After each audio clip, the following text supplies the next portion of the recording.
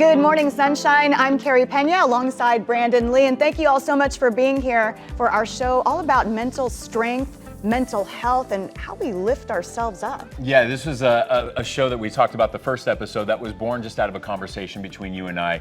Super passionate about storytelling, but what we wanted to do is kind of take a magnifying glass and really put the focus on behavioral health because we're coming out of a pandemic and behavioral health truly does touch each and every family. Everybody has it in their families, so we thought it would be important to start a show about it. And we want to focus on inspirational stories and positive stories. We have amazing guests today, but first we want to talk about what's going down. And what's going down right now is just our appreciation to the audience. We have been flooded with so many social media comments and emails and people telling us really personal stories about addiction, recovery. And I want to read, actually Sandra's here with us in our studio audience. It's really fancy that we have a studio audience, by the way. Sandra wrote to me and said, not only have you created buzz in the industry, you have catapulted a whole new outlet promoting positive media. Because the fact of the matter is, you and I have spent decades in traditional local media, and some of the stories that we're going to be focusing on here would never see the light of day just because of the style that local news is. Yeah, so the time constraints. The time constraints. So we're giving voice to so many people who would never have that platform, and the fact that they're reaching out to us shows us that we're going to be their voice. We're going to give them that megaphone to share their stories to help inspire other people. Yeah, so keep writing to us and sharing all the stories because we read all of the comments. Yeah. So what is also going down right now, well, let's talk about Kathy Griffin. This news broke just about 2 weeks ago. And the headline said this, and this was her quote, "How can someone become an addict at age 59? And when I read that headline, it's a common thing that so many people out there ask. Yes, you can become an addict at age 59. There was a life traumatic event that Kathy Griffin went through back in 2017. She's a comedian. She made an off-color joke about the current president at that time. And the backlash that she got from that, she was blacklisted from all of Hollywood. Her show tanked in the ratings. She could no longer do stand-up comedy. And when you take that away from someone whose identity is being a comedian, she went into severe depression, had hyperanxiety, and then she was essentially locking herself up in her house. She began drinking and she became addicted to pills. And when I read that, I thought, gosh, we got to talk about this because you can become an addict at any age. It's about the trauma that hits you and that unhealed trauma, and that trauma can happen at any point. That's pretty brave of her to speak out. Yeah. I mean, and what is she saying that she's doing now? Well, she's on the other side of it now. That's so she good. did seek help, and now she's able to reflect back by saying, my goodness, like, how did that happen to me? How could this happen to me? And then she talked also about the pandemic and being an entertainer. All those venues were closed. She couldn't even go and do that as well. And she got kicked off the CNN. She used to do the New Year's Eve show, and she got kicked off that. You remember when she was really good friends with Anderson Cooper, and then all of a sudden Andy Cohen. And when they started interviewing Anderson and Andy when that 2017 incident went down about her off-color joke, they started to push her away and they distanced themselves from her. So then she truly felt cut off from some of her friends, putting her further into isolation. Really hard place to be. Yeah, which is a perfect topic because now we're going to actually talk about trauma and the impact that trauma can have on our life and how that really is the gateway to behavioral health and addiction. We have the best guest for you today. She is a good friend of mine too. She's the clinical director at Sabino Recovery down in Tucson. Can you talk about what is considered a traumatic life event? We've done a lot of reporting about, and both Brandon and I are very concerned about the long-term impact of COVID and the pandemic. A lot of folks don't identify the fact that they've just gone through a traumatic life event. Right. How do you identify that and maybe get ahead of the damage that has been done? Yeah, Carey, that's such a beautiful question because when people hear the word trauma, this is what they think of. Death, violence, destruction, war, divorce, right? Those are the things they think of. I had a gentleman come through my office about 1.5 years ago and sat down and said, I got no trauma, I just drink too much. Help me not drink too much. I said, okay, fair enough. I said, but tell me about your child. And he said, well, when I was in the 5th grade, I was moved from private school to public school. I was kind of small and scrawny, and I was horribly bullied, but I don't have any trauma. Right. Trauma is so relative to the person. Anything that your body registers as a threat is traumatic. Children at a young age and developmental stage of life that can't connect to their outside world, to their friends, that feels like death in that reptilian brain because we're meant for connection. That's how our species survives, right? So if a child is bullied, they don't belong, they can't connect, They truly believe somewhere deep down inside they're going to die, and they take that narrative with them throughout life, and will find any way possible to medicate that narrative. And that's why we say, too, never compare traumas. Yeah, right? never. Because what Yep. may be traumatic to me may not be traumatic to you. Right, right, and especially, you know, I myself suffering early childhood trauma, being repeatedly molested, right, from the ages of 7 to 10. But then as an adult surviving 9/11, another traumatic life experience. Yeah. But when 9/11 hit, I did not consider that to be a traumatic life experience. Why? Because other people around me had lost their lives. Yeah. Families around me had lost loved ones. I was alive. I survived. That couldn't have been traumatic for me. When we have those traumatic life events, I want to talk about the energy that is stored within the body. Okay. And that if we do not heal from it, that energy will come out and will surface at some point or the other. Absolutely. Well, and that goes back to this whole, so your body feels discomfort. It sends a message to the brain that you're unsafe, right? Right. Then that frontal lobe goes offline, and then you're just reacting. What's the quickest way I can to, you know, to bring balance back to that nervous system? But that's where that trauma is living. You know, CBT, you know, cognitive behavioral therapy, has kind of been the, you know, the wave of therapy for many, many years. What we're realizing is that alone doesn't work. You've got to find ways to release that trauma from your body. Somatic experiencing, EMDR, brain spotting, ART. That's perfect, because we wanted to Yeah. ask you, Sabino is so well respected and nationally and internationally known. What are some of the modalities that you all are seeing that you consider to be the most effective? So I would say for trauma that gets stored in the body, especially that developmental trauma, somatic experiencing is a beautiful way to release that trauma. EMDR as well, eye movement desensitization, reprocessing, that's a great way to move those traumatic events from that amygdala, that lower brainstem, back up into the frontal lobe to reprocess appropriately. So I'm an equine therapist. I'm a huge fan of equine work. We have horses coming to I the know. studio Yeah. later today. I have to just To throw that talk out about there. it, right? Yeah, yeah. Because why? Because they are a Because true reflection of They what? are a true reflection. So horses don't operate from their frontal lobe, they operate from their limbic system, their emotional control center. So when an individual walks into that arena, they're just mirroring back to them whatever they're bringing in, but without judgment. If I'm a therapist sitting in front of you and I tell you you're doing something, there's going to be an element of judgment in that. But if a horse is reflecting that back to you, you don't feel judged. It's just an opportunity to look inside and go, okay, where's my energy? Where am I holding on to this? And as you center and ground yourself, you will see those horses respond in a new way. It's one of the most beautiful modalities I've ever been a part of. You know, it's fascinating, and Carey knows this. It's a bit personal because in January, I was planning a relapse. I'm just going to put it out there. I was planning a relapse, and it made no sense to me. It made no sense to me because, hey, I have the best work partner around. I've created a new life environment, a new career for myself. I love what I do every day. So why was I?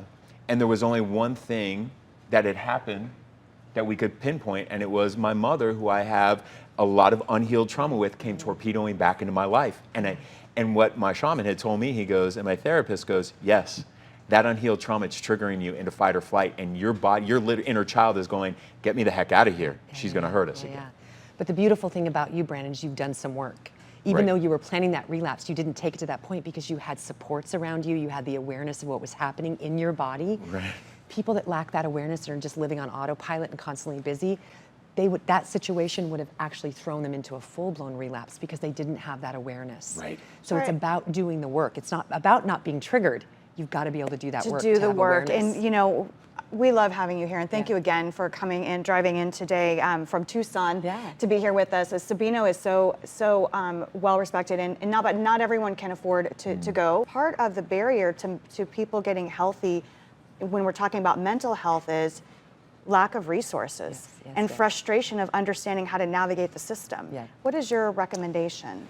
So I actually spent about 10 years in the public health system before I went to Sabino, and they were making a few strides, right? I mean, they were bringing EMDR into the mix. Unfortunately, in the community mental health system, it's still the large focus on medication.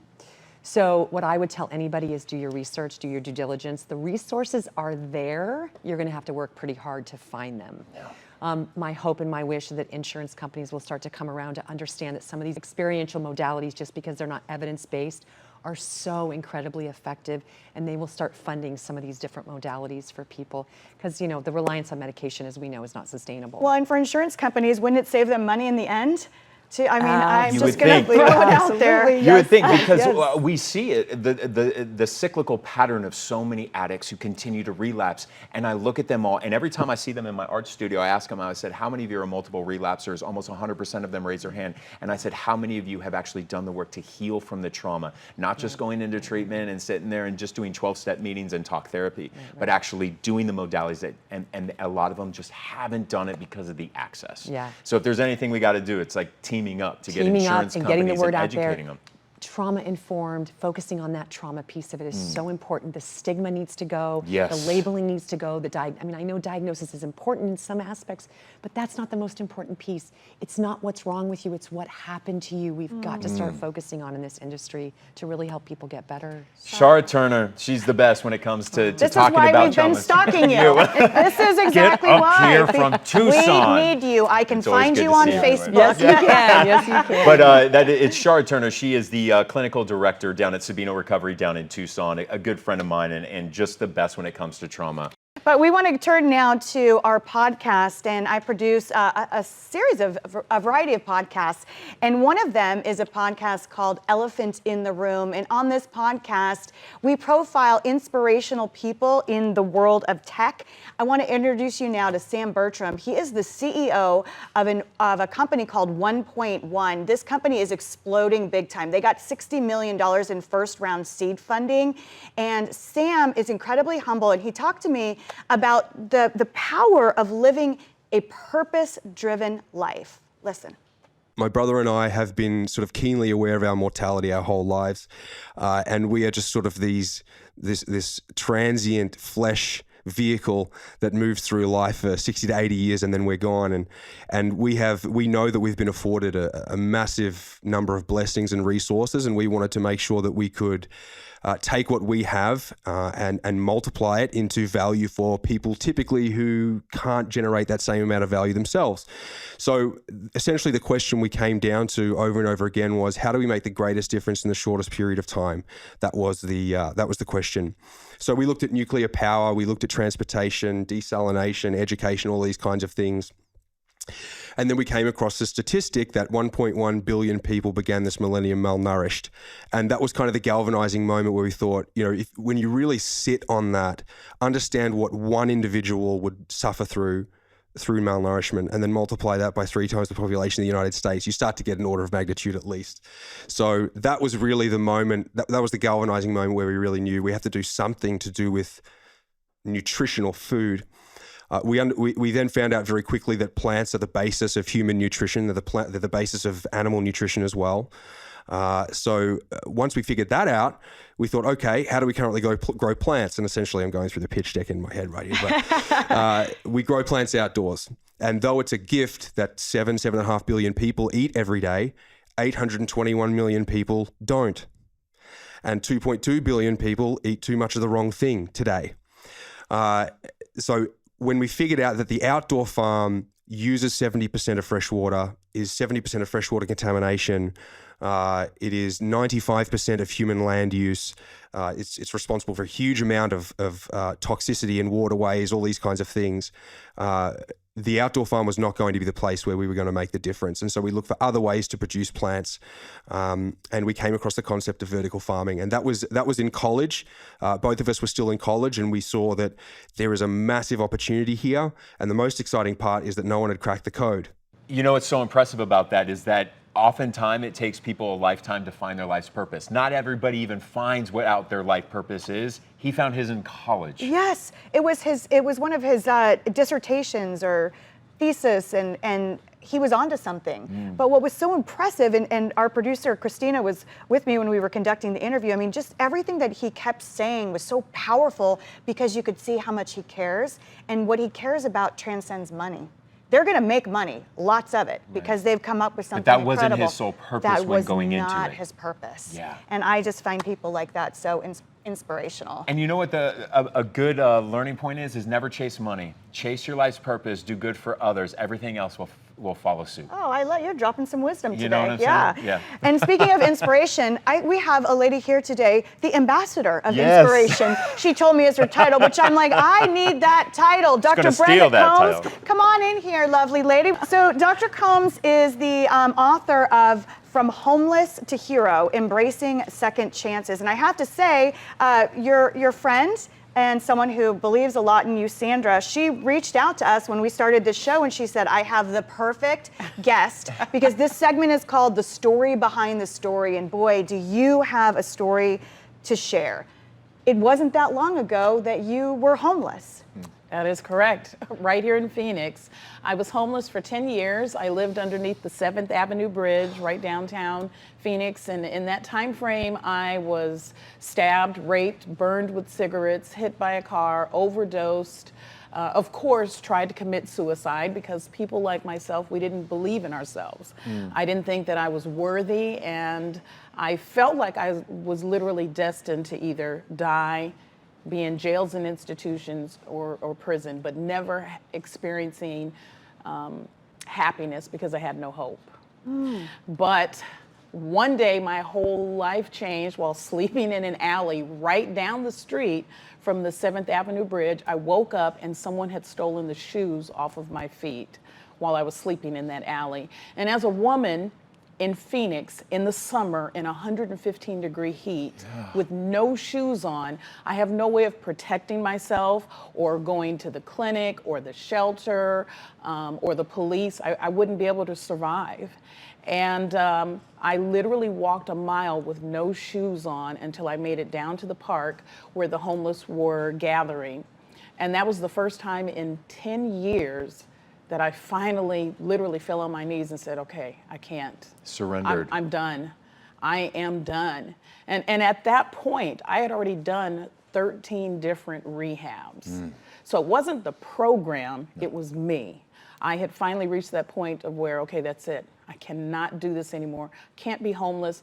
I can't be a drug addict. I've got to either make a change or this is my last day living. You said you had gone to 13 different treatment facilities to try to get sober and try to be well.